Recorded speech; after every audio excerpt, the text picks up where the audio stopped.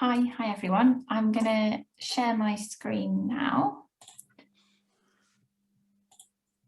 Okay, so hopefully everyone can see that. Okay, so as Joe said, my name's Sophia and I work for Spencer and Fry. So I'm a preventive conservator. I worked at the Historic Royal Palaces, Science Museum Group and the Imperial War Museum, among others, on interventive and preventive conservation, and also on hazards in collection. So this is our website if you want to take a look. You can also get in contact with us on our email address, or you can find us through the SEMD website as well, with lots of other resources from us. So today in this session, we're going to talk about collections care and conservation. So they're kind of essential tools for the preservation of your collections, and kind of good knowledge of them is really important for your accreditation as well. So kind of the core of good collections care practice is an understanding of the risks to your collection and how to manage them. So that's kind of the focus of this session. So we'll talk about what is meant by conservation and collections care. And we're really going back to basics here to give everyone an understanding of what conservation is and how you can use it to improve the condition of your collections and to get the most out of them, manage them effectively. So we're going to talk about what we call the agents of deterioration, and then discuss some of the things that you can do to manage these risks in accordance with best practice, and also when you should seek professional conservation guidance. As Joe said, this is going to link to another talk that looks at collections care and practice in the context of accreditation.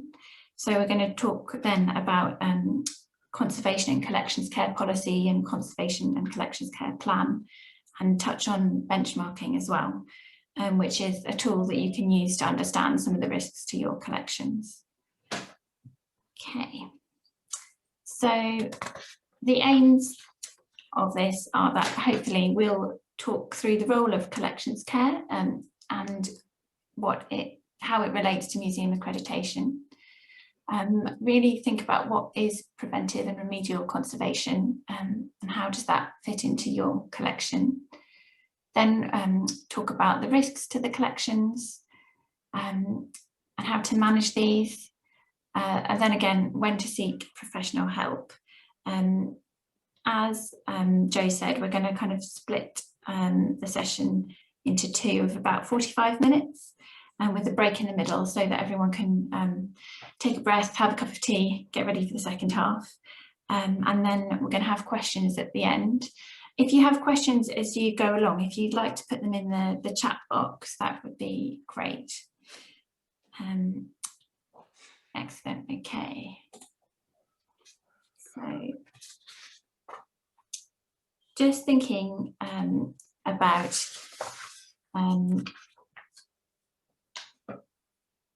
collections care and accreditation.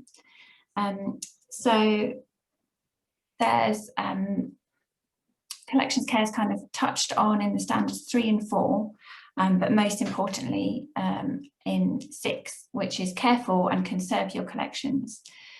So to meet the standard, you'll need an approved collections care and conservation policy and a collections care and conservation plan, which we'll talk about in more detail next week, but this is just to give you a good understanding of what conservation is, to give you kind of a starting point for writing these policies, to give you a good grounding in what's kind of needs to be included.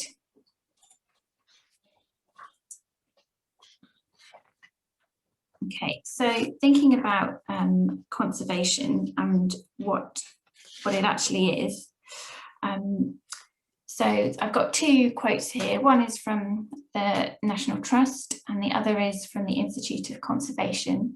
And that's also called ICON. And we'll talk a bit more about that. That's a really helpful site. It's got some conservation resources you can use, and also the Conservation Register where you can find an accredited conservator.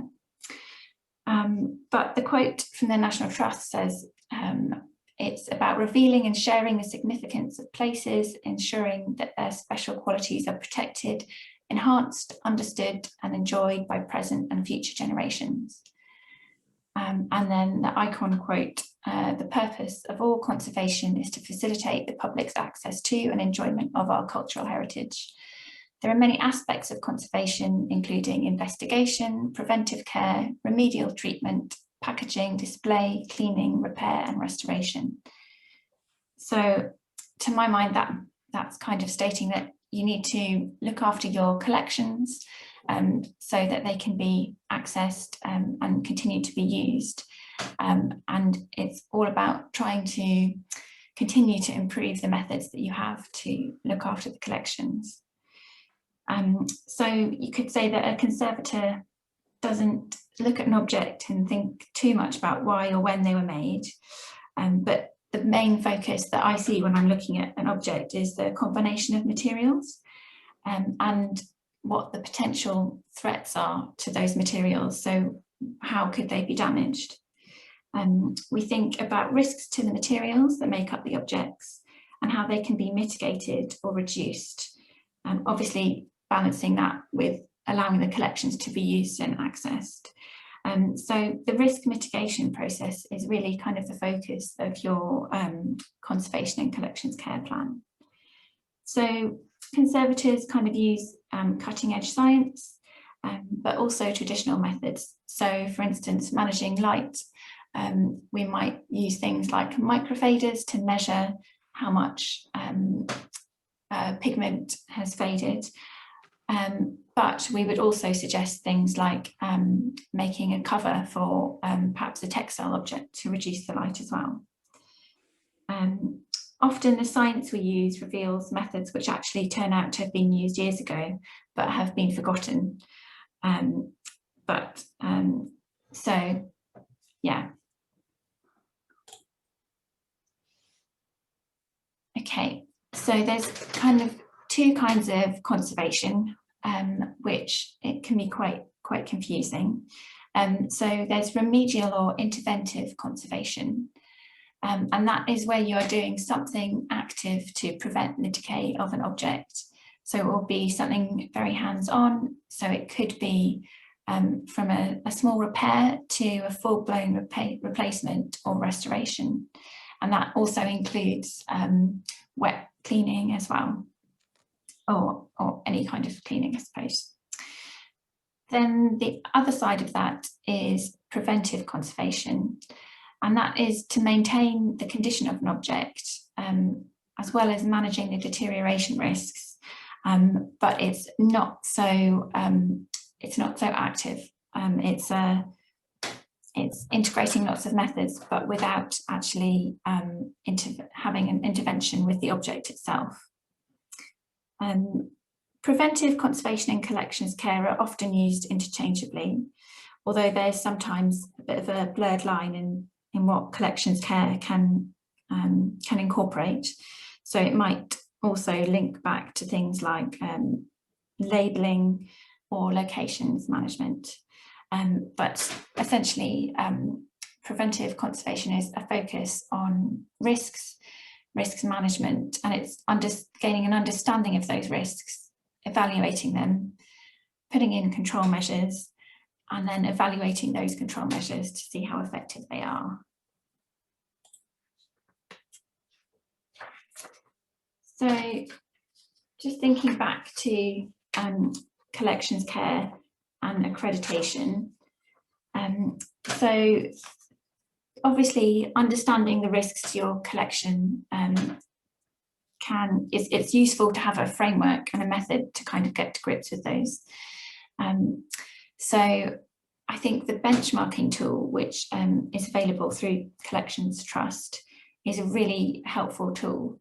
to do that, and you can do it on the computer or you can do it on paper, and it just takes you through kind of risk by risk, different areas, and it gives you a scale to evaluate your collections with, and it can help you kind of prioritise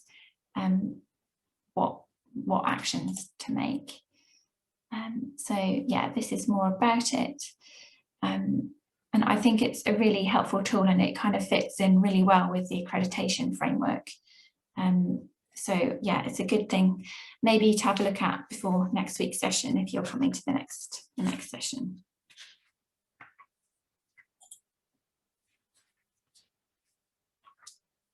Okay, so risks to collections. So there's several groups of risks, and these have been kind of referred to as sort of the 10 agents of deterioration. And some of these we'll cover, and when you look at the benchmarking tool, it does break them down slightly differently, but this is often how conservators break them down, and this is a good diagram from the ICRON website. So the main ones we'll be talking about today are physical forces, incorrect RH, incorrect temperature, light and UV, pollutants, pests, water, fire, and criminal damage, so theft and vandalism. So in thinking about the risk, it's the same as any other risk assessment you would do, where it's considering the likelihood and the impact to determine the risk level. So yeah, the same concept of risk assessment applies to cultural heritage. So many things can happen that will have a negative impact on heritage collections, buildings, monuments, sites, and on the objects concerning their use and preservation. So the impact of risk in this case, you could say it's maybe the expected loss of value to the heritage asset, or the types of risks to our cultural heritage. So they could be a sudden and catastrophic event, like an earthquake or a flood, or a global pandemic, or a gradual and cumulative process. So that could be something where there's a statue outside the museum and everyone who walks past it touches that statue and it gradually kind of wears away the surface. So the result is the loss of value to the heritage asset.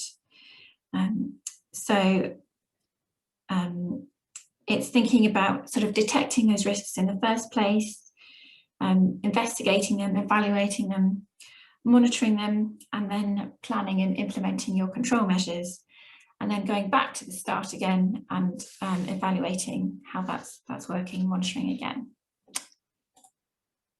Okay, so risk management. So this kind of incorporates all the measures that you're taking to understand and mitigate risks, so that your conservation objectives can be met. As I mentioned before, it's about identifying, evaluating, mitigating. And also it's important to bear in mind that some risks may be acceptable, but the conservation and collections care plan really is a tool for you to kind of keep pushing the standard of your care up and up, so that you can keep improving all the time. Risks obviously change over time. So for example, colleagues leave, people are absent, so they might have been the person who's in charge of cleaning the gallery. So when they leave, there's obviously going to be more dust, so that increases that risk.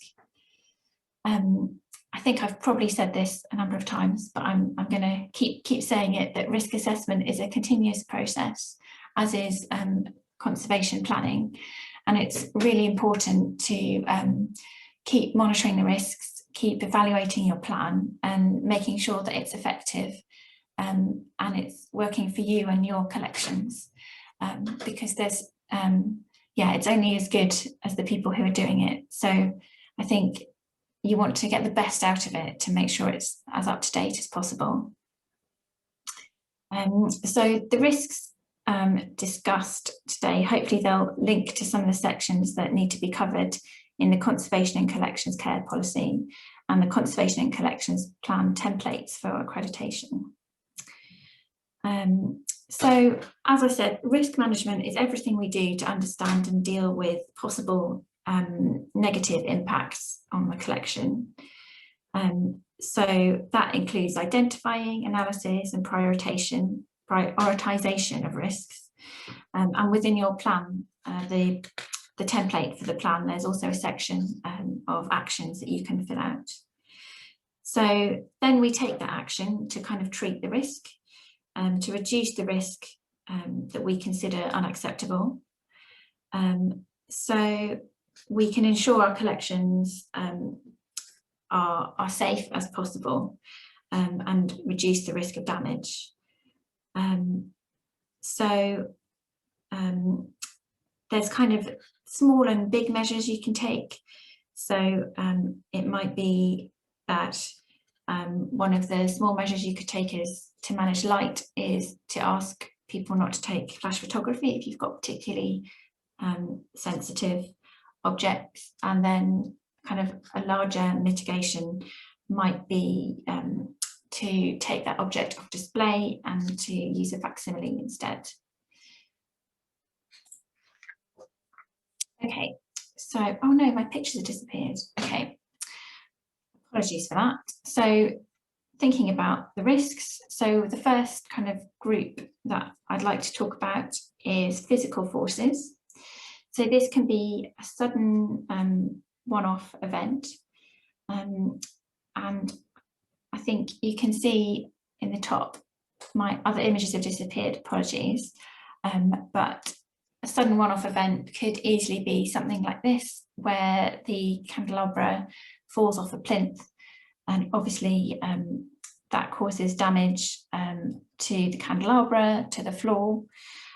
So it's about thinking about kind of mitigating risks there, which could be something like ensuring that the candelabra is weighted down, that it's securely attached, or perhaps making sure that visitors don't get so close to the object.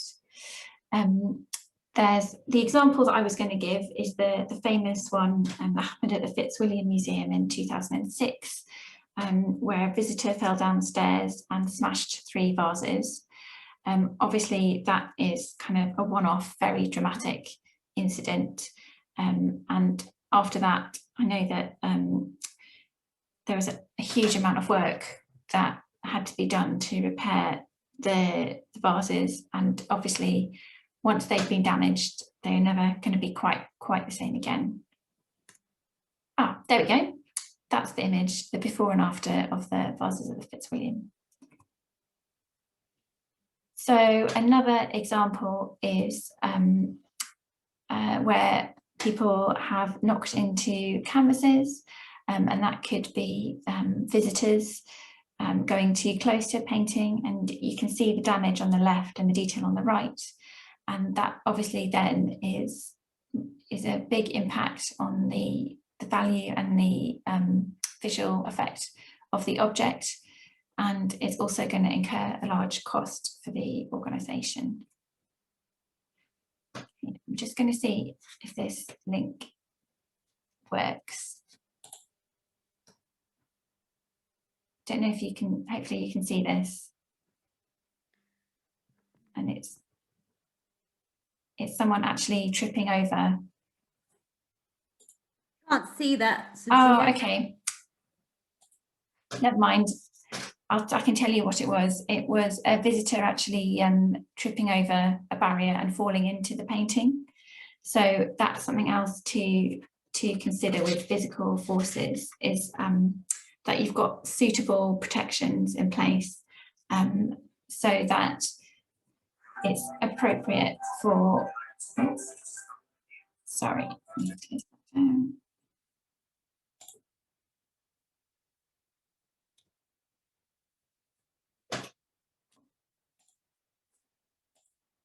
sorry, the YouTube's causing all kinds of problems. Okay, yeah, so it's about making sure that the protection methods for items on display are suitable and appropriate. But that was just, yeah, one example.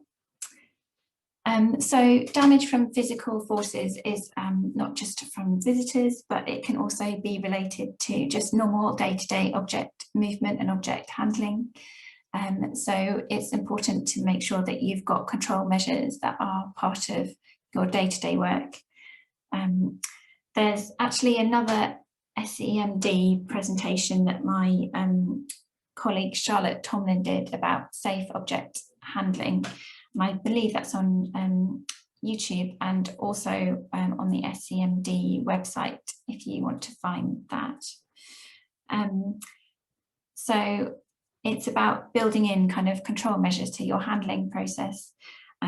So that's about kind of planning your work, planning the object's route from start to finish, understanding about kind of access, and making sure that you've got the right people, the right tools and equipment.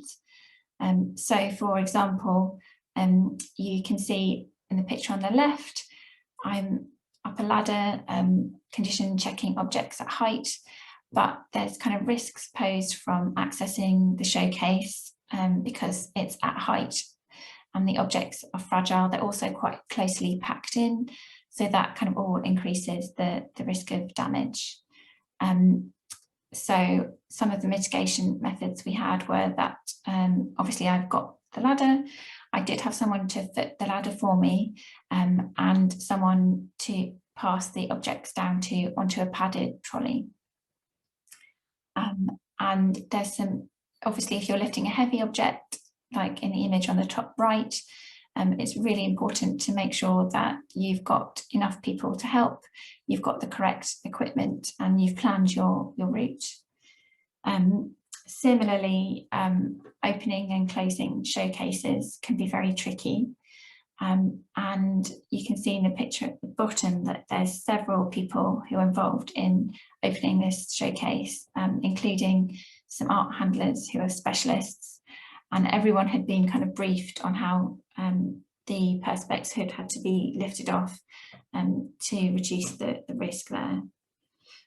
There's lots of resources on the English Heritage website, Museum of London, and of course the SEMD website about safe packing, storage and handling. So that's a really great place to start. And for display as well, it's really important when you're thinking about how to safely display objects to reduce physical impact. Maybe using mock-ups before you install, condition checks of the objects to make sure that they're robust and to find any weak points, making sure the object's fully supported, and thinking through the whole process. So that's considering all the things you need to do to get the object from the store into that showcase, and to also making sure you can get the object out of the showcase at the end. So it's really planning, people, equipment and time that are the most useful things there. So these are just some examples of gradual damage, and you can see that, so these are images from Eltham Palace, and the image on the left, I don't know if you can see where it's on the edge of the door, you can see the wallpaper starting to be worn away. And that's kind of that often visitors kind of think, oh, it's just once, it's only me, it won't hurt. But as people are kind of scuffing against that wallpaper, it's just slowly getting worn away and damaged. And you can see that on the carpet as well. It's just damage over time, it's just footfall. And these are kind of considerations for things in historic houses, objects on open display, as well as objects perhaps in a handling collection. So another factor to think about with physical forces is how the space that your collection is stored in, or the space in your historic house, how that changes use. So there's a potential for physical damage during setup and takedown. So I think this was for a concert at Eltham Palace, and the image on the left is how it usually is, and the image on the right is with all the extra furniture brought in, the collections taken out. But you can see that historic objects are moved and event furniture has been brought in. So that kind of increases the risk, as well as having event staff in. And that's something to think about if you've got filming or functions and events. Again, it's about thinking through the process, identifying those risks, and thinking about how they're increased. So, for example, even having more people in the museum who aren't familiar with it, who aren't trained, that kind of immediately increases the risk. So then it's about thinking what you can do to reduce that risk. Okay, and this is an image, 2 images of filming at properties. I don't know if anyone has had any filming in, but it's just an example of an event where there's a huge number of people being brought in with a lot of kit. And perhaps one camera on its own isn't too much risk, but as soon as you add in multiple pieces of equipment, that risk then increases. And you can see the potential for physical damage has increased a lot. Another example is building work going on outside or within your institution. So again, it's about understanding the nature of the work that's being carried out and identifying the risks inherent within that, and then thinking about how can those risks be managed or reduced. So it's really, especially for accreditation, it's about demonstrating that the risk has been identified and evaluated, and that there are effective means to manage that risk. So thinking back to kind of the longer term physical forces damage, and perhaps that example of the wallpaper at Eltham Palace, it's the attitude of it's only me, it's just once, or else I think a lot of people just unconsciously reach out to touch things because they look appealing without even knowing it. So as well as kind of barriers and stanchions, touch and feel boards can be really helpful. It gives people the opportunity to feel the textures and to kind of get familiar with those collections, but also it shows the damage of what they're doing and of touch. They can be really helpful to raise awareness, and hopefully to get people interested in conservation and interested in what you're doing, and to understand why you're doing it as well. I think the Ashmolean had another really good example of lots of their collections, and it was great because it meant people were interacting with the collections, but were getting kind of a positive understanding of why there were barriers and signs in place. And you can see there on the touchboard the example with the cotton polyester, just how dirty it is, and the same with the silk, it's been completely worn away.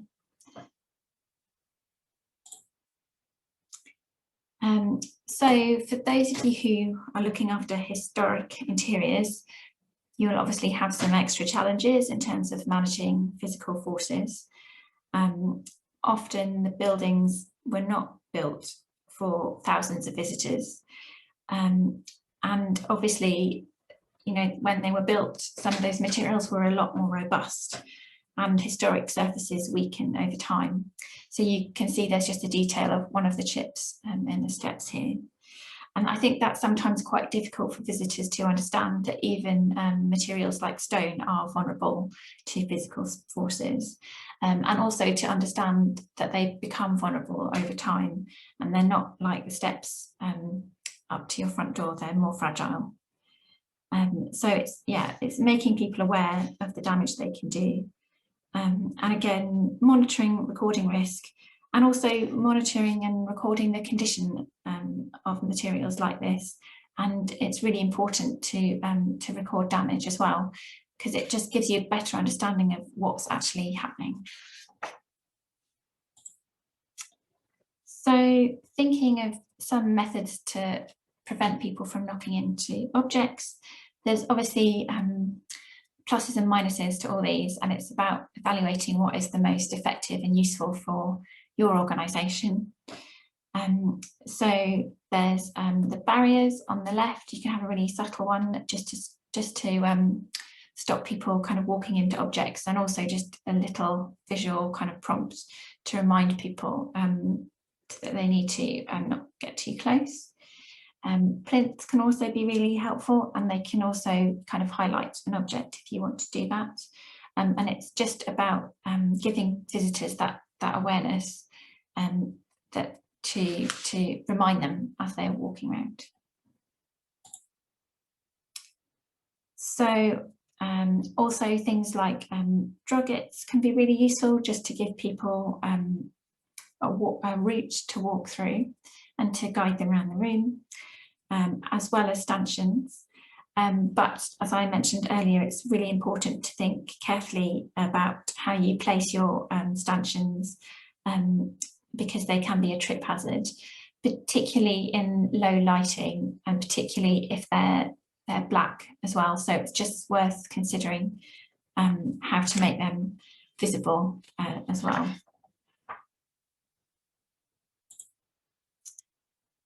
Okay, so just thinking again about physical damage caused by visitors, especially if there's lots of people walking around. And I think visitors, it's just easy, especially if it's in a historic house, it's easy for people to kind of forget where they are and what the expectation is. So signs, or maybe a presence of a volunteer or an invigilator in the gallery, can be a huge help, just to remind people that we are always trying to preserve the collections and reduce damage.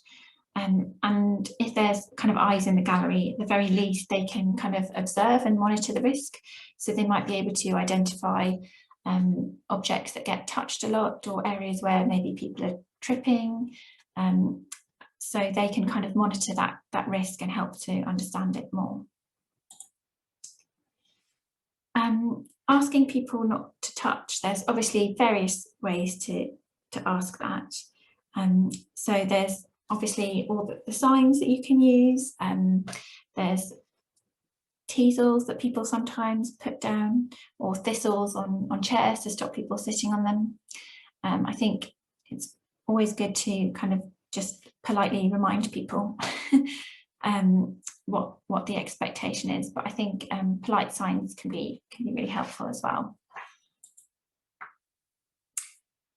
Obviously, people don't always take notice, so I think in that case, things like perspex barriers, stanchions, or the smaller barriers that I showed you earlier, if you find that signs are repeatedly ignored, then that can be a good way to go as well. So just thinking about handling, because obviously that is a key area that you need to consider physical forces in. And it's not just visitors that can mishandle objects, we can do it as well. So correct handling procedures are really important, and making sure that everyone handling objects has had some training in how to do that safely. And it's really important to wear the correct type of gloves, and that obviously helps protect the object from oils, but it can also help you to get a better grip on the object and make sure you're handling it safely. So that's kind of thinking, and also kind of protect you from any materials that may be hazardous as part of the object, such as mold. It's important to follow your organisational guidelines on the different types of gloves to wear when handling different materials. Good hand hygiene is essential, so we'd always advise you to wash your hands before and after objects, and to change your gloves frequently to dispose of dirty gloves. And really importantly, also when you're handling, to make sure you've got the right size of glove, so you're not fumbling with an object trying to support it. And we've, as I said, I think there's a session in the other conservation basics session with Charlotte, where she talks in more detail about correct handling. Yeah, we also just wanted to do a note about hand sanitizers. We don't recommend them because they don't remove the contaminants from your hands. They don't really remove the dirt, and they can leave residues, which I think in some research it showed that they stain and damage paper objects over time. So if in doubt, we would always recommend just soap and water. Okay, so thinking about storage, especially in the context of physical damage. So in storage, physical damage could occur if the objects are packed closely together on shelves. Then it's hard to access objects without knocking other objects, and there's the potential for things to get broken. The same if objects are packed too closely together in drawers, or they are packed really tightly in drawers. So when you open the drawer, it catches and damages the object, and too loosely in drawers as well, so that it's rolling around. That can be problematic. So it's important to make sure that there's the correct amount of space so that you can easily access an object. And in this picture, you can see I'm packing an object from a wooden model of a bird from West Africa. And for this packing, it's that question of to wrap or not to wrap. And I usually prefer to kind of support an object with Plastisoak cutout. So that's what's in this box. It's a Plastisoak cutout lined with Tyvek, because that's very smooth and it won't abrade the painted surface, and also then to cover it with tissue puffs. I find that the problem with wrapping things up is then it's very difficult for the person unwrapping it, if it's not you, to understand what that object is. So they may not know to support it properly, and they may not see fragile projecting elements of the object. So to my mind, that increases the risk. Also with storage and packing objects, I think lots of instructions and notes can be really helpful, as long as they're visible and accessible. Then whoever's unpacking the object at the end knows how they can do that safely. Okay, so I'm going to talk about light quickly before we break. So when we think about light, we think about two types of light. So that's ultraviolet light and visible light. So ultraviolet light, or UV, is high frequency. We can't see it, and we don't need it to see the objects. So because it's high frequency, it can be very damaging to all sorts of materials. And because we don't need it to see the objects, you can actually completely remove it. So you can use a UV film, or using artificial internal lights which don't emit UV light. And there's LEDs, which generally better, lower UV, lower heat, but they are more expensive. They tend to last longer, so they can be cost effective. Yeah, that can be tricky. Visible light, obviously, we do require to see the objects, so that can also damage collections. So it's about managing the visible light. Okay.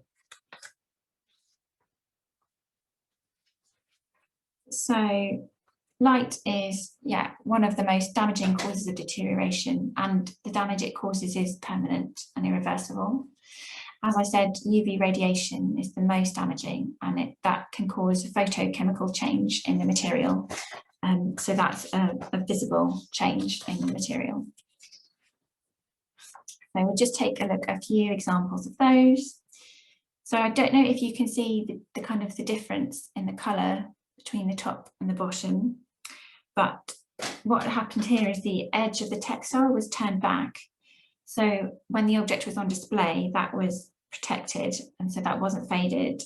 And I'm sure from your own experience, you've seen that light fades textiles. Light damage is cumulative and irreversible, as I said. And so every second of light on an object causes damage. Once the damage is done, you can't put back the colours, that's it. And some colours fade more quickly than others. So organic pigments fade much quicker than inorganic pigments like blue. So you can possibly see that here. So the blue has faded, but not as much as some of the other colours. So that's why some tapestries or watercolours have blue trees and the grass is yellow. Sorry, blue trees and grass, because the yellow from the green dye has faded, but the blue hasn't. So you probably hear conservators talk about lux hours and lux years, and that's because we think of materials as having a light dose for their lifetime. So that's how much light can fall on an object before it's damaged. So things like textiles or watercolours would have a lower light dose, and so a lower light level as well that we would give them. And we measure light in lux, so we would give that a lower light level. But perhaps more robust materials like metal or stone, they'd have a higher level of lux they could tolerate. And this is just another example to show you that kind of blue tinge. And that's the back and the front of the object. So the image on the left is the back. And you can see that some pigments are more susceptible to light damage than others. This is another example on paper. I believe I think that's a guidebook that was left out, one from the top and one from the bottom of the pile. And light also affects wood. That can fade, and you can see that in the image on the right. And then it can darken it as well sometimes.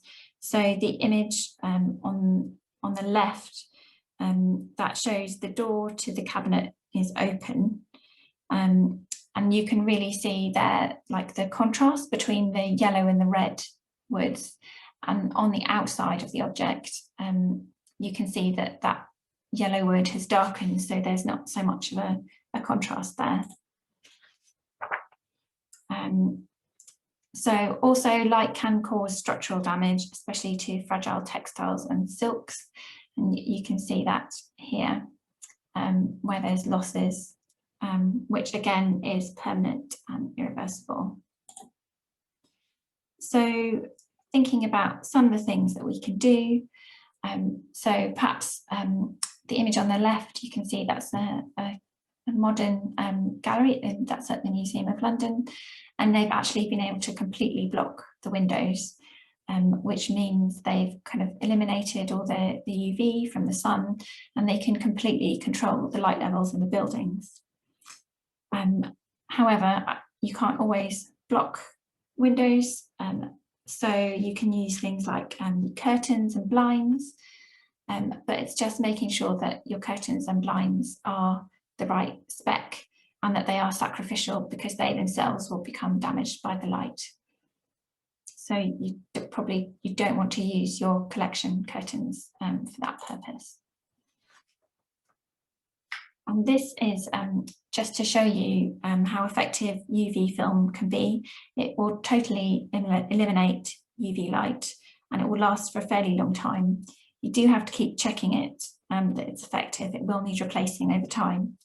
But you can see there's a light monitor on the left, and that's showing 218 microwatts per lumen, and that's the unit conservators use to measure UV light. And then the image on the right has got a piece of the film over the top, and you can see that that's taken that all the way back down to 0. And the UV film can be applied to showcases, windows, or even directly to lights in the form of a sleeve.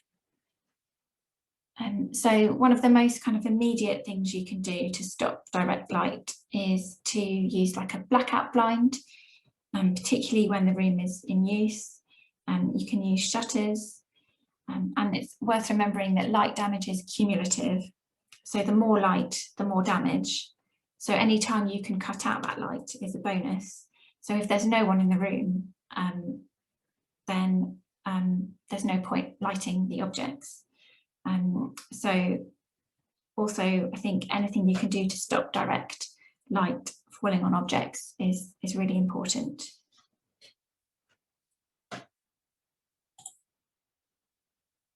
So you can use things like those blinds. So you can have the mesh Univision or the SunX blinds, so they don't block out all the light and they still allow visitors to see out the windows. But those with a combination of UV film are extremely effective at reducing light levels. And closing shutters is really good. Also potentially having lights on timers. And especially in stores, it's just remembering to turn the lights off when you leave. If there's individual objects that are vulnerable, you can cover them with case covers or sheets when the rooms aren't in use. And historically, this is what would have happened in big houses, either when the family wasn't in residence, or my manager told me that in some cases silk upholstered furniture would be supplied with case covers, so only the very few privileged guests would actually get to see that, so they had covers on most of the time. There's obviously lots of different methods you can use, so you can make covers for visitors to lift up, things can be put in drawers for visitors to open. You can also consider rotating objects, so perhaps it's on for 6 months and then it's swapped out with another item, or for display you can consider using facsimiles, especially for things like paper objects, which can be very vulnerable to light damage. So the other, apart from using a lux meter, which can be expensive, you can use a blue wool dosimeter, and we use those kind of placed with an object to see how much the wool has faded compared to the standard. So you can see there's kind of a window, so there's part of the textile that's protected and the part that's exposed, and by comparing those you can see how much it has faded, and the amount that it's faded by, you can send that away for analysis. There's a really good article, a National Trust article from the Knoll Conservation team. I think it's a WordPress article about that, so I can send the link, and that's really helpful. But that's just a good way to gauge how much light things are getting. And in terms of light, obviously going around with a lux meter is a great tool, but the benchmarking tool is good. Just to go out and look at your stores and your display areas, and inspecting them, just so that you can understand what's going on and gather some data, so you can identify the risks and the scale of them. So in this, I am taking some light measurements, but I'm also just going out to look in the stores to see what kind of objects are stored, what kind of light bulb it is it a fluorescent light bulb, is it an LED, and then to see what kind of collections are stored near the light source itself, so they'll obviously be getting a higher dose. And so you can see in the picture in the bottom right that there are some paper objects quite near to a light, so a simple solution there could just be to move those objects away from the light. Okay, I think I'm going to stop it there and give everyone the chance for a bit of a break. And I don't know, Jo, do you think if we perhaps meet back in 5 minutes? Yes, that was really informative. Thank you. I love the pictures. It's so much easier to see things, isn't it, when you've got the actual, you know, you can really see the impact of different conditions. And now my Zoom's gone all funny. Come back. There we are. Yes, let's take a 5-minute break, and then we can come back at 11 o'clock if that suits everybody. Go and get a cup of tea, biscuit, so on, and yes, we'll come back refreshed and continue. Again, if you've got any questions, do pop them in the chat, I added, if you're not sure how to use it, at the bottom of your screen, there's a little icon that says with the mute video, and there's a chat icon there. And if you just select, it defaults to everybody. So just add anything there. And when Sophia mentioned the other training course that was run earlier this year, which included handling, I've just popped that in the chat too. So you can see that there. Okay, so yes, so go and take a break and we'll see you shortly. Thank you. Thanks, Sophia. Okay, great, thanks.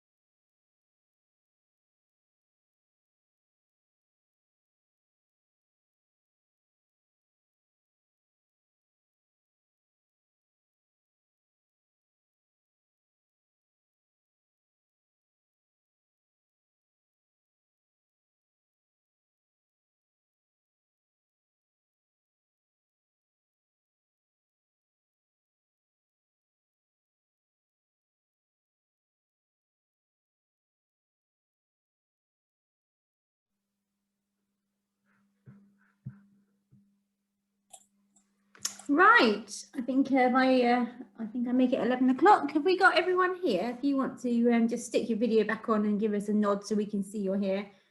Otherwise, we worry everyone's has not returned. Lovely. Oh, it's lovely to see you all again. Lovely, super. Keep going. Anyone else? A few of you still off, so we're waiting until we've got a few more people in. I've just said for those who've just joined, just pop your video back in so we can see you. So we know you're back here before I start. Manuscript is in that cupboard. Ah, right, okay, I'll bring it back down again. It is. So you'll need this to get into Josh's old office, Yeah, and then this key to get into Filing the filing cabinet. cabinet, Yeah. whether you're at Australis. It is that first. it's a grey colour now. The joys of technology.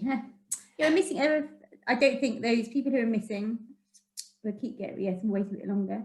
So Sophia, thank you again. It's really, really good. Has anyone, as I said, I haven't got any questions in the link. So while we're waiting, if any of you have got,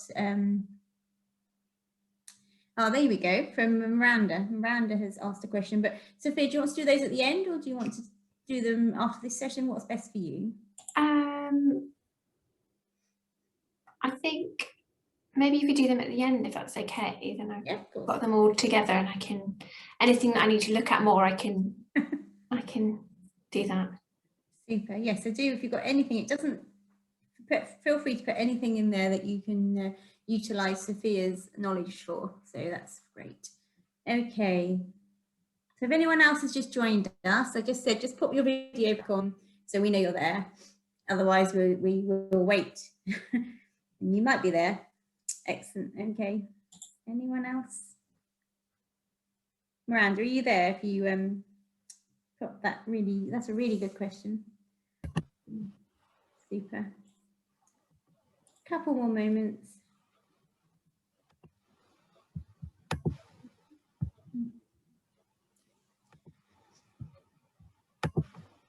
I am there, but I can't see my picture, but it doesn't matter. That's okay. A voice is just as good. Thank you. That's fine. So we're just waiting for the three at the bottom. Well, they're on my bottom of my screen. They might be on, not on the bottom of your screen, of course.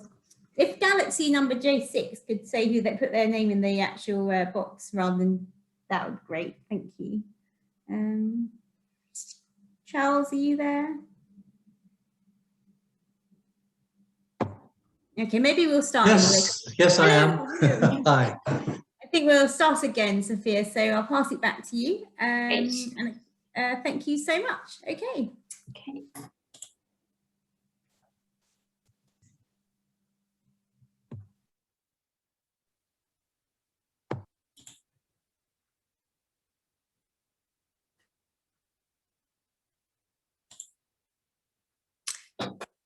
Okay, thanks everyone for coming back after the break. That's great. So the next thing I'm going to talk about is incorrect temperature. So these images are taken with like an infrared camera, and you can see various hotspots. And this is from, you can see where the sunlight's kind of falling on the corners of those paintings, and on some of the paneling.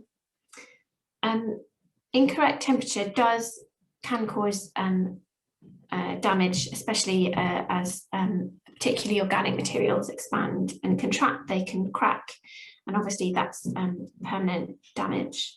The most kind of problematic thing about the temperature is how it combines and how it works with humidity.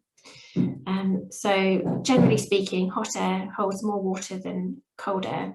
So conservators are often thinking about the relationship between temperature and humidity in terms of like damage to the collection. So now I'm going to talk a bit about incorrect relative humidity. And I don't know how many of you are familiar with relative humidity, so I'll just talk a little bit about what we mean by that term. So relative humidity, or quite often conservators will just say RH. So it's a measure of humidity in a specified environment, and it's linked closely to the moisture on the surface of an object and in an object in organic materials. So really it's the ratio of the amount of water in the air to the max amount of water that the air can hold at that given temperature. So that's why we have that close relationship.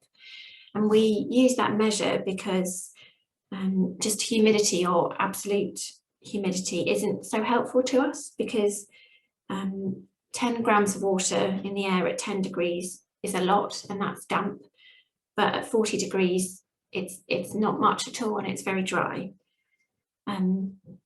There's some good guidance if you're looking. I think that last question was about kind of specific parameters for different materials. On the Collections Trust website, there's lots of information. There's information on the SEMD website, but also the Museums and Galleries Scotland on their website. If you just type into Google Museum and Gallery Scotland RH levels, I think that would come up with that page, which is really useful.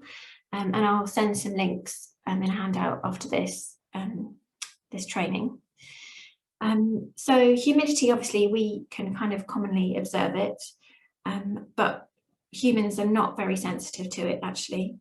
So it's really important to kind of try and measure it as well. So if the RH is too high, you get things like metal corrosion, which is here, and I'm sure everyone has witnessed this with iron. And so this damage to the surface, it can be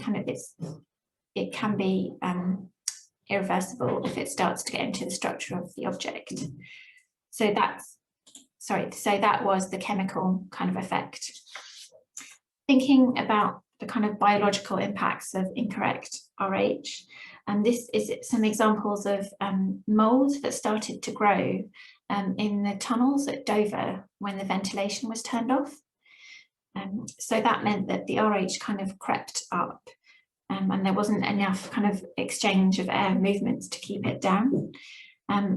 Obviously, this is growing on some plastics and some organic materials. And generally, we say that mold growth can happen from 65% RH, but normally if something's over 70, that's when we'd start worrying about it. And you can see mold growth here on this section of leather.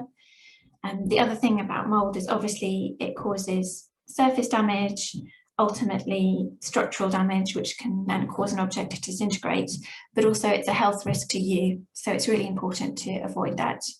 And if you find mold in your collections, to ask a specialist or a conservator to come and help you get rid of that. Just to show you the effect of RH. So this is, one of those mood fishes, the fortune teller fishes. And it's made of sodium polyacrylate, and it kind of shows you how sensitive objects can be to humidity. And because, as soon as you put that on your hand, the temperature and the humidity will start making it change shape. And normally, if this was a real life training session, we could all have a go and you could see just how much that plastic moves. And it kind of gives you an understanding of the damage that could be done as that material moves in the changing humidity and temperatures. The main thing with RH, the main concern that conservators will have is the fluctuation of RH. The thing that we think is key is to have a stable RH, because if changes occur, that's when you get different materials starting to move at different rates, causing damages, cracking, breakages, even loss. And so you can see here that the leaf of this table is warped, and that's especially with organic objects. As they take in and release moisture, they can change shape. So again, a similar example in the lid of the piano, it's actually caused it to change shape permanently. Apologies, you probably can't see this this pictures, but the lid of the piano was so warped by the fluctuating RH that it couldn't be put back down again. There you can see it briefly in the previous one. So the metal hook had snapped and the lid couldn't be closed. In this example, you can see the lifting veneer, and you can actually see there's sections of loss where it's just been lost completely. There are various ways that you can control the RH, but the first thing to do is to monitor it so you understand what's happening, and ideally kind of 1 year's worth of data really to understand what's going on, and that's to capture kind of seasonal changes outside and the impact of your kind of conservation heating, the impact of opening and closing times throughout the year and visitor numbers. So thinking about showcases, obviously you can use them to create a microclimate for sensitive objects. It's important to kind of monitor inside and outside. I don't know if you can see there's a tiny little Hanwell monitor in the corner there. And you can use that to control the environment for more sensitive items. They also can act as a buffer themselves. And I mean, you can get really fancy ones that are air conditioned and temperature controlled. However, a good way of controlling them is with silica gel in the bottom of the showcase. There's some great resources about showcases and how to get the best ones, making decisions about showcases on the English Heritage website. So I can send those links through to that. In terms of measuring, you can use telemetric monitors like the Hanwell, Tiny Tags, Miko, and you can get those so that they will kind of directly talk to your computer, or you can get ones where you just literally, it just sits there and records data until you go and download it and look at it. Obviously, a larger showcase is more difficult to control. And also it's important to consider how much air moves in and out of the showcase, because if it's very leaky, it's very hard to maintain your kind of desired RH inside it. So conservators will often talk about the air exchange rate, and that is how much air moves in and out within a day. So they're talking about kind of how leaky the showcase is. In terms of monitoring and controlling, you can use humidity indicator strips, especially in small controlled areas. They're quite helpful. So you might use that with archaeological specimens if you kind of seal it into, if it's sealed in a box, then that's a great indication. The only problem with that is you have to go and check them and make sure that they're being refreshed. So it's worth using them if you know that you will go around and check the boxes. Conservation heating is also really helpful. That means heating that can kind of be turned off and turned on in response to changing RHs, and as well as changing temperatures. Especially having it on like a low heat through the winter to make sure to use it to kind of stabilize your environment can be really helpful. So that kind of thing can be controlled thermostatically or even linked to dehumidifiers. So you can use humidifiers, electric ones, or dehumidifiers. There's various makes of them. If you're going to use a dehumidifier, it's worth considering if it's going to be one that you have to empty or one that you're going to plumb in. I think perhaps the ones that you can empty can be more useful because you can move them around more easily, but it's really, really important to make sure someone is going in to empty those.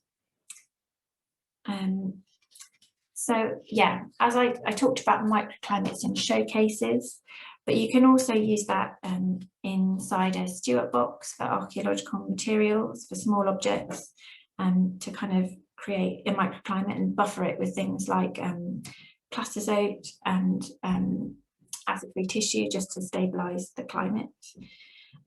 You can also do things like make a bubble crate for larger objects. which is kind of a wooden frame with polythene, and that can seal an object in and create a stable environment for it. So that could be useful if you've got a very unstable store and some very sensitive objects. It's also important to consider microclimates that you might have created by accident, because these can be potentially difficult, especially in a historic house, and that could cause a problem. But the most important thing is just to keep monitoring your collections and checking things in person, because there's nothing like having a pair of eyes on something to see exactly what the problem is. Okay, so we're thinking about security, thinking about theft and vandalism. Obviously, theft is a big problem, and you can see in this image where there's missing paintings. So security is key, obviously, and that kind of links to your facilities management, your buildings management. But it's things like making sure you've got policies and procedures for locking up and opening up in the morning, good key security, how you share your key security and information, and also a presence in the gallery can be really helpful, as well as other means such as CCTV. Yeah. So thinking about vandalism, these are the sphinxes in Chiswick House, and they kept getting the heads knocked off. And I think the thing about theft is it's opportunistic and it's often organised. And I think apparently theft of art and antiquities is now second only to drug dealing as the most lucrative crime for organised gangs. So security is really key at the moment. Showcases obviously offer an extra level of security, and you can think about things like alarms in the building as well as alarming the showcases. Again, it's looking up, having your processes in place, and monitoring the situation. Again, information from your volunteers or invigilators about how people are behaving, looking out for any odd behaviour in and around the gallery. And also showcases, they can be extremely high spec. You can have toughened glass, and obviously for different materials and different security requirements for objects. There's the British standards for showcases. This particular case was very heavy and awkward to open, but it was great because the object was the kind of thing where people could walk past it and just snap a chimney off. And sometimes it's just a really casual thing like that, where people would just snap something off and put it in their pocket.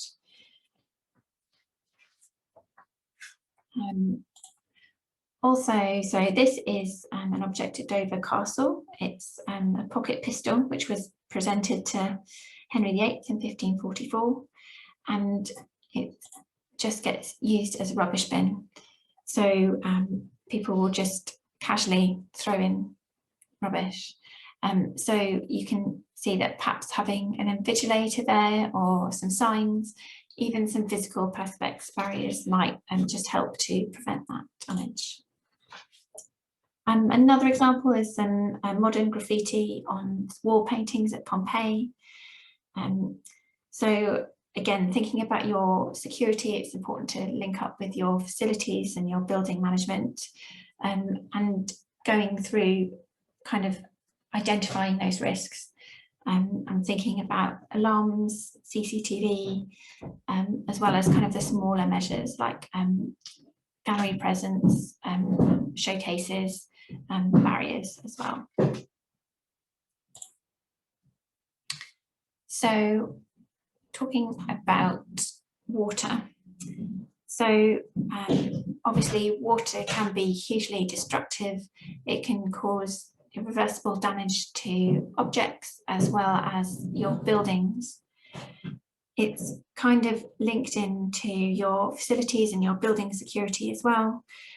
Thinking about the integrity of your building, the roofs, gutters, drainage, as well as your local environment.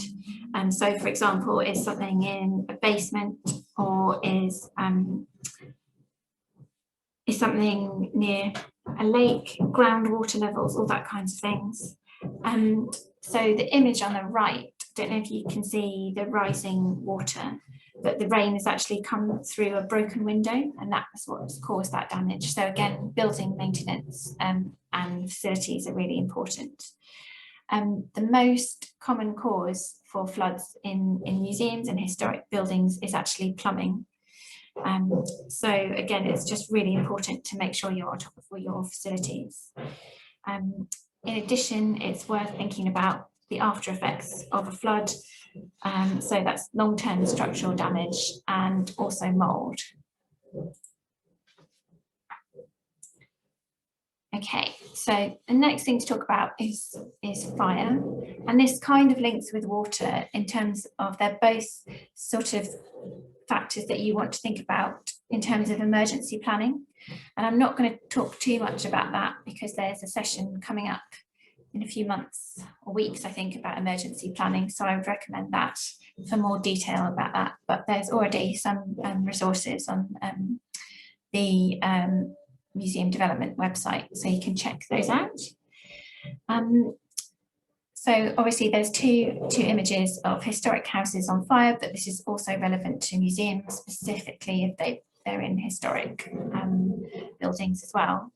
And it's just really important to remember that historic houses, they might not have as many preventive measures in place as modern venues. So things like fire compartmentalization, or they may be built from exceptionally flammable materials. And I know some historic houses that behind the panelling, they've actually been packed out with paper. So obviously it's extremely high risk there. They're also furnished with combustible materials, and museums can contain a lot of combustible materials, chemicals, packing materials, all that kind of thing. Also high risk activities, so historic houses, maybe candles could be used for filming or events, or hot works could be carried out as part of maintenance. In museums, obviously, for your collection, showcases can offer limited protection, but ultimately that's really a last resort. Yeah, this is one of the most recent tragedies, and I'd really recommend the BBC Storyville documentary there. It's really helpful to think about how quickly a fire can spread, and it really talks through the steps in the process, and you can think about with each stage kind of what could have been done to help. So thinking about preventing fire starting and spreading, hot works permits are really helpful, so that any high risk activities are kind of recorded and managed. Thinking about your fire risk assessments and your fire loading of the property. Also things like making sure, going around with your facilities manager and just making sure that people aren't daisy chaining, like the basics that you would carry out in your house, that all your electricity is being used safely. Also thinking about how your packing materials and chemicals are stored to make sure they're safe and in flam-proof cupboards if needed.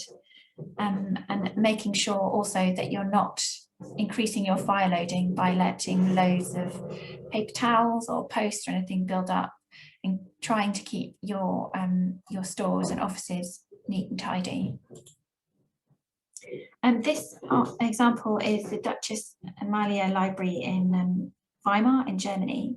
And this is just to show you, you can see there the top part where the fire has been, but just to show you how effective compartmentation of fire doors can be. So you can see there's the outside of the building with the fire door on the right, and on the left you can see just how well that collection has been protected. So it's worth thinking about these things. They can be very effective. Also, obviously, if you're in a historic house, the structure of your building can be really complicated. And this is Warmer Castle, and the fire brigade here found it really difficult to navigate around. So having a familiarisation visit and lots of contact with your fire service can be really helpful, making sure they know the building and they have plans of the building, and they know what to salvage should an emergency happen. In addition, keeping your fire routes clear on site and understanding how close to building a fire engine can get. Thinking about what you'd save and how, and practicing it. And making sure that you've got your list of star objects and that's circulated to the appropriate people. So should the worst happen, everyone knows what the priorities are. You can get fireproof covers made for particular objects, as you can see here. And the other thing is, in case of flood or fire, making sure you've got some trained staff so that they know how to react. Also, how to recover. Have you got conservators who could help you if the worst happens? Have you got a facility that you could put your collection in? All those kinds of things. But I think, again, that will be covered in more detail in the upcoming session. Okay, so pollution. The first kind of pollution to talk about is gaseous pollution. And you can see that these are kind of chemical, what we're worried about is chemical changes to an object. For example, the tarnishing of silver, and that's caused by sulfides in the air. So things like silver objects may tarnish more quickly in a more populated area in a city where there's more pollution, but it can also be caused by the materials that are in contact with it. So materials in contact with it can be materials that are used for storing or for display. This is an example from Kenwood House.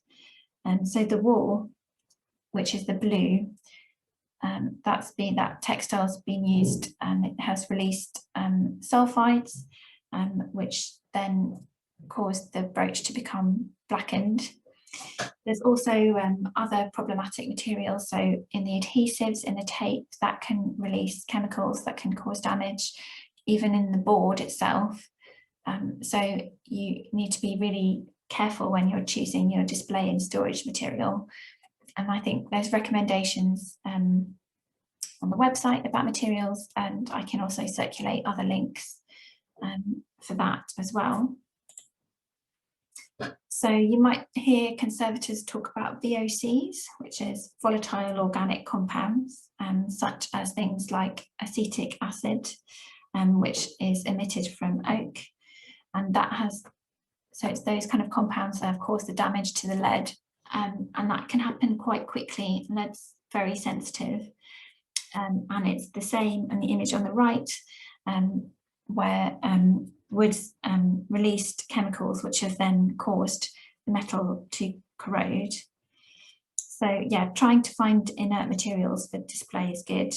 And the British Museum's got a list of materials that they've tested. And there's various other resources from English Heritage, so you can find the correct materials. Also, it's just worth noting that it's important to think about that in terms of storage. If you've got, for example, cellulose nitrate or cellulose acetate, that over time they deteriorate and release acetic or nitric acid, and they could cause corrosion and damage to either metal components or to other objects. So it's worth considering that when you're planning your storage, so that perhaps they're isolated from each other. And again, pollutants from the objects themselves. So for example, the line on the paper, you can see it's darkened there, and that's caused by the acidity in the paper, and what's been used to back it is really acidic as well. So that can cause a huge amount of damage. Okay, just to talk about museum pests. Obviously, insect and rodent pests can cause serious damage. Again, this is something that when you're considering your planning and your policy will link to your buildings maintenance and your facilities. I'm sure everyone can identify what insect has done this. This is woodworm, which is a wood boring beetle. And there's a really helpful English heritage poster which you can download from the website that can help you to identify any insect pests that you might find. So I'd recommend having a look at that.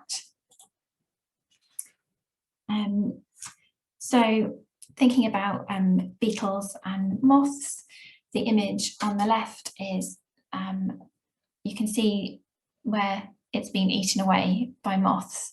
And you can see they've kind of favoured the red dye, which is quite interesting. And I think after that was analysed, they found that the red dye had an organic compound in it. That was just kind of more tasty to the moths. So that area has kind of been attacked more. You can also see the damage to this taxidermy where the insects have just completely eaten away the feathers there. And some moth damage on a taxidermy monkey. Again, it's kind of irreversible damage once it's been eaten. Once the object's infested, there's also the risk that it might then infest other objects. So it's really important, as well as identifying the pest, to identify the source and where it's come from. And that could be, there might be insects that are kind of being harboured under floorboards, in carpets, behind showcases, behind shelves, or things like within chimneys. Obviously pests like dirty, undisturbed places, so chimneys ideal.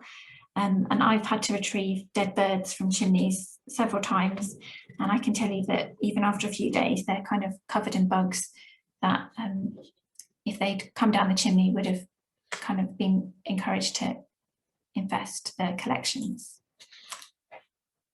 So thinking about moth damage as well, you can see just how much damage these moths have done. And once an infestation has happened, it can be controlled, but it's very labour intensive.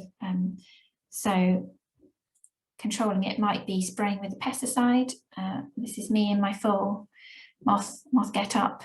And this work kind of has to be undertaken by a conservator, and it's quite time consuming and invasive. So the best way is to kind of prevent infestation in the first place. So monitoring is key, and looking back at your data, so collecting it, but also making sure you analyse it, treating a problem if you find one, and then deterring any potential pests.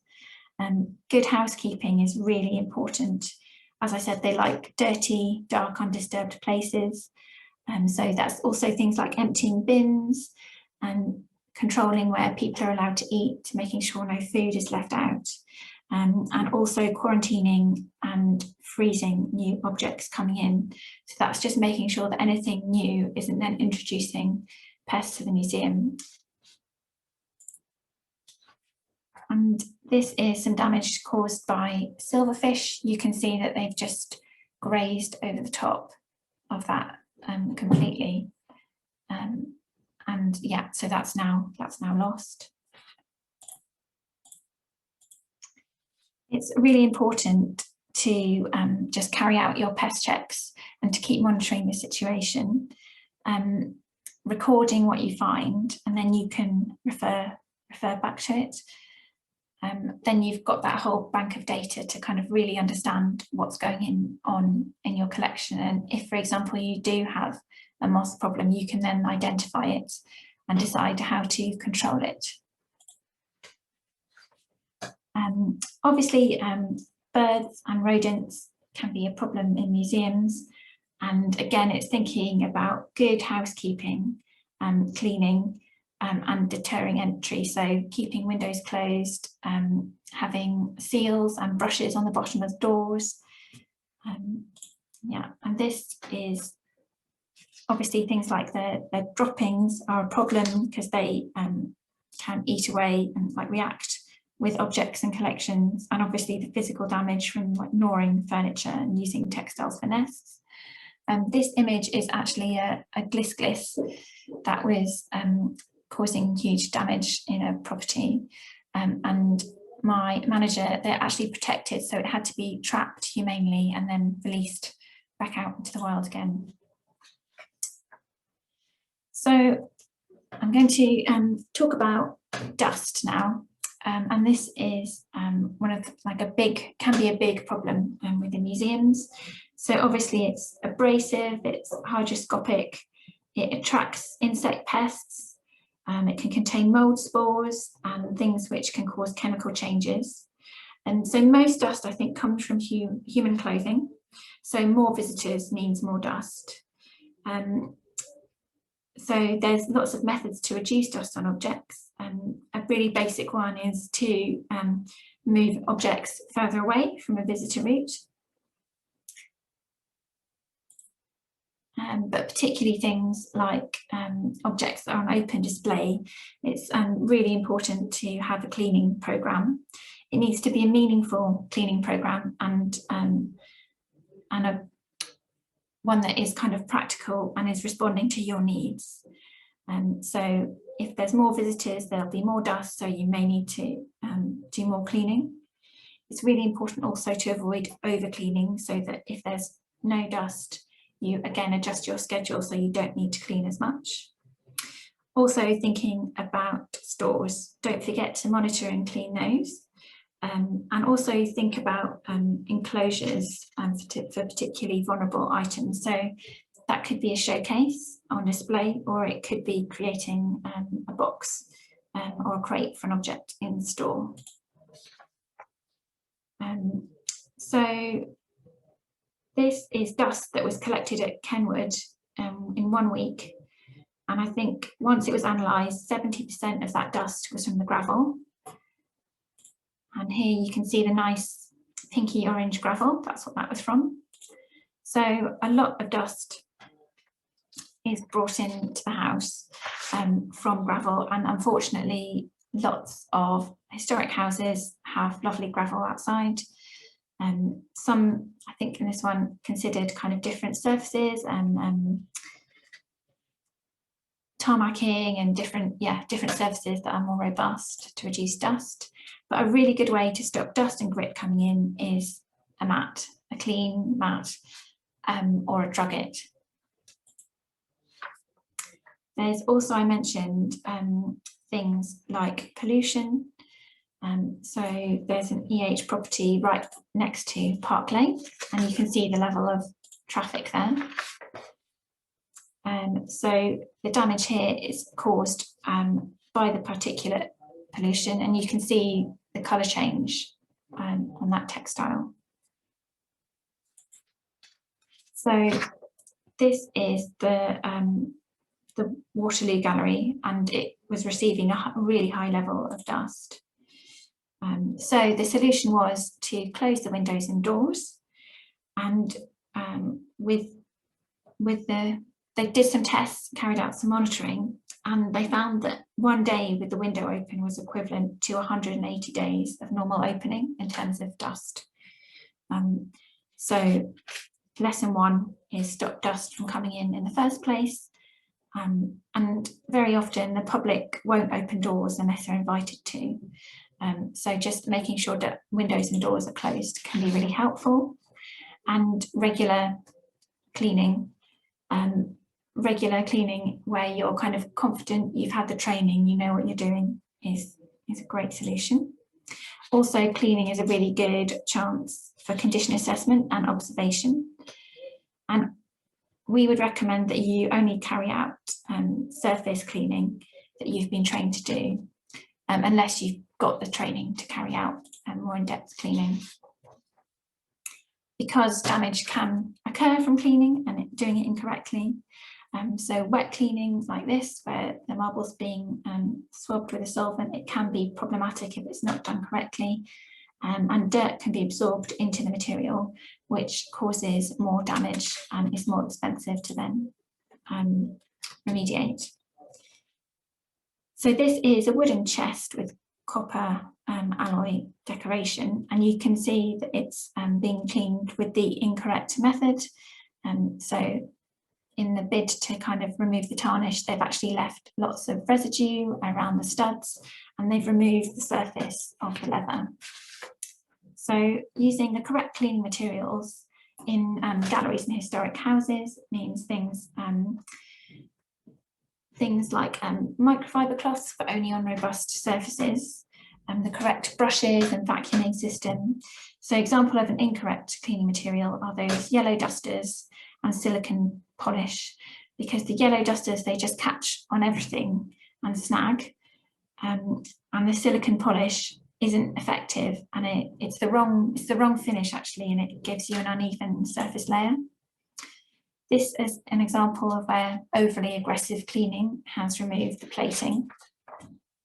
And this is damage from cleaning, where the chair's actually been damaged by mopping around it, but also it's things like where vacuums and things can be knocked into objects.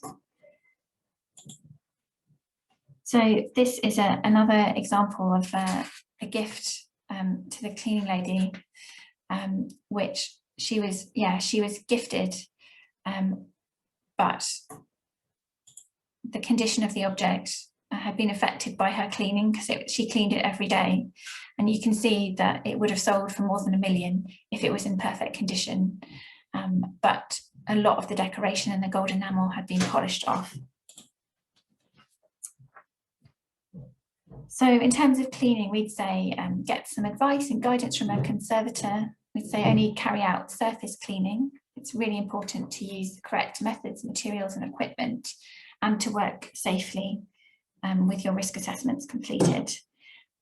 There were a couple of other sessions about cleaning that we did a few months ago, so I think they'll be available on the website.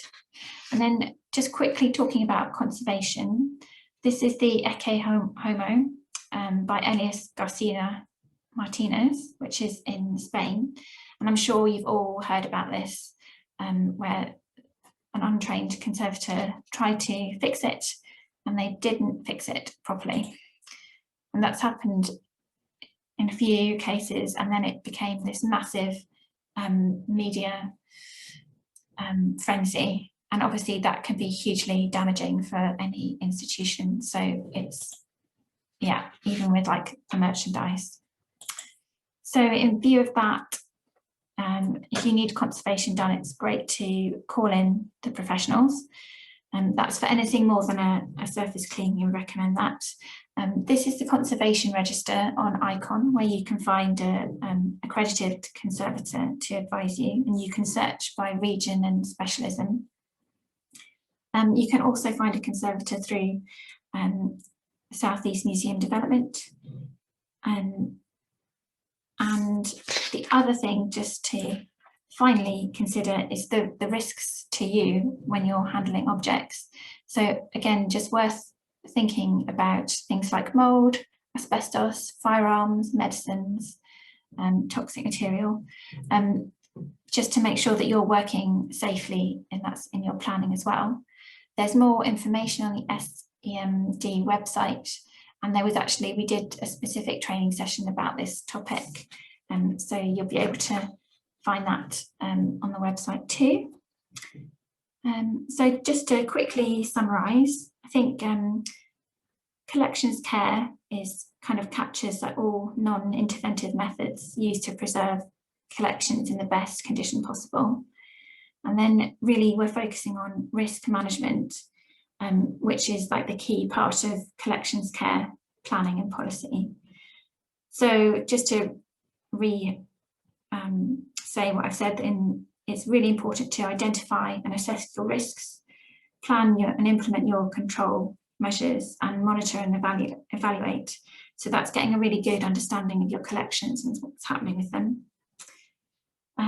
So the benchmarking tool, I think, would be really helpful to help you kind of assess and monitor the risks, and also to monitor your progress and to keep improving.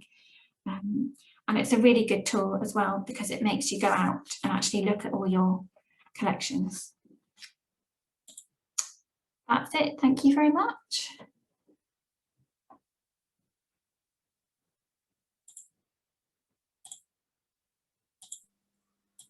Thank you so much, Sophia. That was incredibly helpful. I'm just trying to turn my video back on.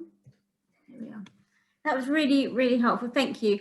I've been busy adding things into the chat as Sophia mentioned them. So, but most of the things that Sophia, the sessions that Sophia has mentioned are on our website. So if you go to southeastmuseums.org, under training, if you just hover under the training icon, little strapline, there's a recorded webinar. So you can click on that, that lists all our recorded webinars that we've been doing for the last year or so. And then if you just click on it, then you get the current training that's coming up. So there's lots that is coming up, and there's also lots that has been, and there are many links.